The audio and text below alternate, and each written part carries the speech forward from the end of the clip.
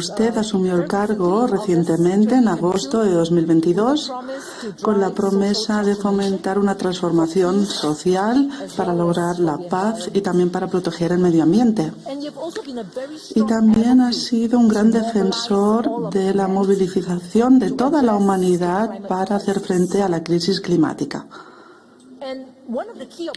Uno de los objetivos claves de esta reunión es pensar en cómo podemos reconfigurar y sentar unas nuevas bases para unos sistemas industriales y agrícolas, hacer frente a estos sistemas que son necesarios para el consumo y la producción y a la vez hacer frente a temas acuciantes como salvar vidas, pérdida de empleo, seguridad alimentaria y suministro energético. Dejaré que usted comparta con nosotros ideas y cambios que usted desea proponer para Colombia y también para la comunidad política mundial. Muchas gracias. Señor presidente, tiene usted la palabra. Gracias. Déjeme hablar de política en general y hacerme una pregunta que quisiéramos todos. Dos, quizás. Una. Se puede ser optimista discursivamente si cuando mira las estadísticas de acumulación de CO2 en la atmósfera encuentras que cada vez estamos peor. Podemos hacer políticas y discursos políticamente correctos cuando sabemos que lo que significan esas estadísticas es que vamos al punto de no retorno y que el punto de no retorno significa la extinción de la vida. Mientras nos reunimos va pasando eso. Yo creo que a veces hay optimismos falsos que degeneran en inercias, en inacción, en una falta de voluntad política porque no queremos acometer las tareas que tocan. Porque si, como sabemos hoy, las cosas están empeorando, lo que estamos haciendo no está bien. Nos estamos equivocando. Las sociedades, la política, el poder, la economía, el capitalismo. Y esta sería la segunda pregunta que haría, porque es una palabra que no se menciona, el capitalismo. ¿Puede el capitalismo que hemos conocido en los últimos 30 o 40 años superar la crisis climática que ayudó a provocar? Es una pregunta un tanto teórica, pero política esencialmente, porque si la respuesta es negativa estamos perdiendo el tiempo mientras nos acercamos al punto de no retorno. Ese último capitalismo que conocemos tiene un motor, una lógica. Ese motor es la ganancia ampliada, ampliar las ganancias de manera, y ahí su marca en la historia, desregularizada, sin límites políticos o sociales. Es el que tenemos. Ha provocado una especie de anarquía global, de capitalismos, de capitalistas individuales, empresariales, que tratan de maximizar su ganancia. La ganancia está ligada en el capital a la productividad, es decir, hacer más en menos tiempo, y la productividad a la energía. Y realmente casi que la única fuente de energía que se ha obtenido para ampliar la ganancia es el carbón, el petróleo y el gas. Ampliar la ganancia va ligado a ampliar el cambio químico de la atmósfera, casi como una correlación. Eso hay que detenerlo si queremos vivir en el planeta. ¿Ese capitalismo podrá hacerlo? Los datos de hoy demuestran que no. Luego, entonces tendríamos que hacer una aseveración un tanto dura.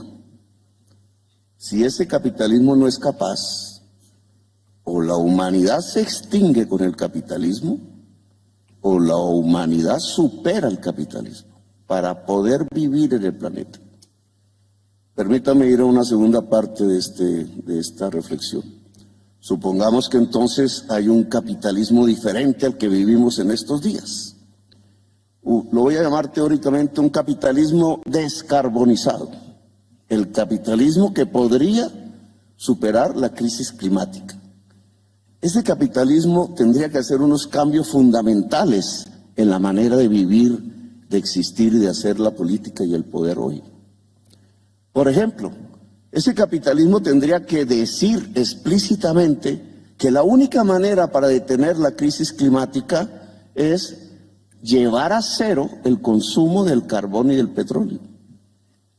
Cero emisiones, lo dice la ciencia. Llevar a cero significa eso en el terreno económico, que el capital ligado al petróleo, al carbón y al gas y sus complementarios tiene que desvalorizarse y ya.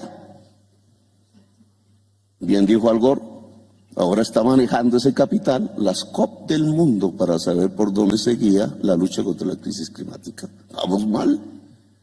Si ese capitalismo descarbonizado pudiera existir, ese capitalismo tendría que aumentar el poder planificador de las naciones, la planificación pública. Y relativamente, algo que no conocemos, la planificación pública multilateral, democrática y global, porque este es un tema global. ¿Por qué? Porque si se deja en el mercado y en el sistema de precios la solución de cambiar de unas energías a otras, resulta que las energías limpias no demuestran aún que hacen más productivo el trabajo y por tanto aumentan la ganancia, y el capitalismo individual no va a hacer la transición si eso no pasa.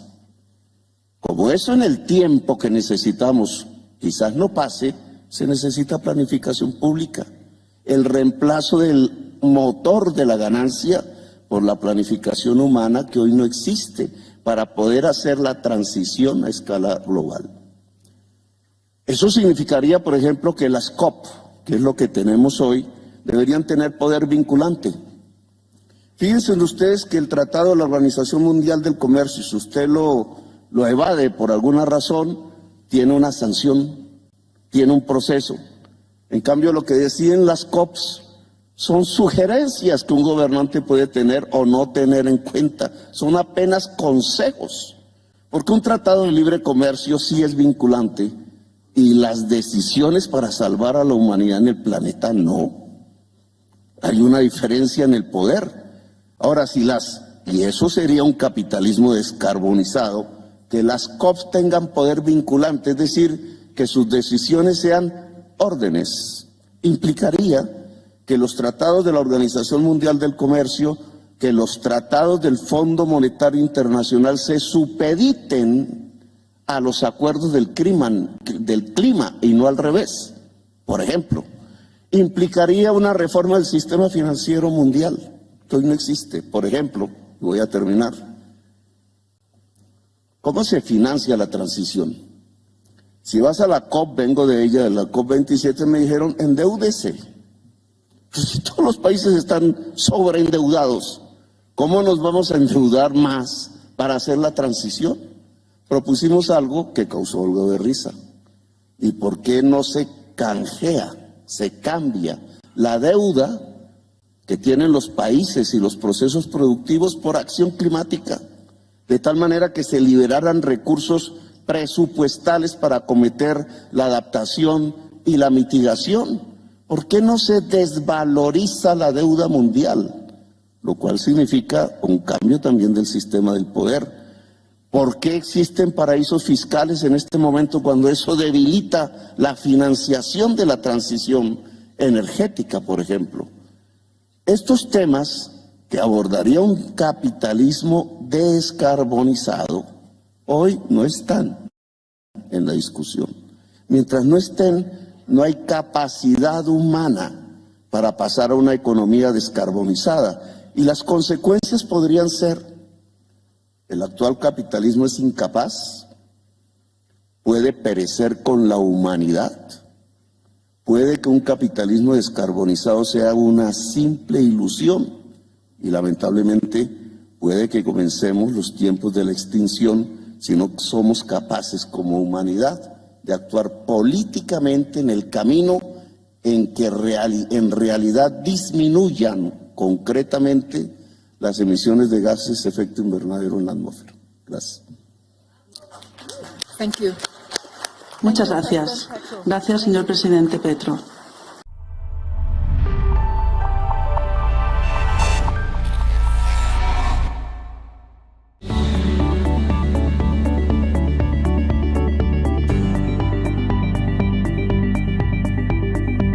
Búscanos en YouTube. Selecciona tu video favorito. Suscríbete a nuestro canal. Activa la campanita de notificaciones. Puedes donar fácilmente para que continuemos con nuestro trabajo. Somos el tercer canal, la voz de los que no tienen voz.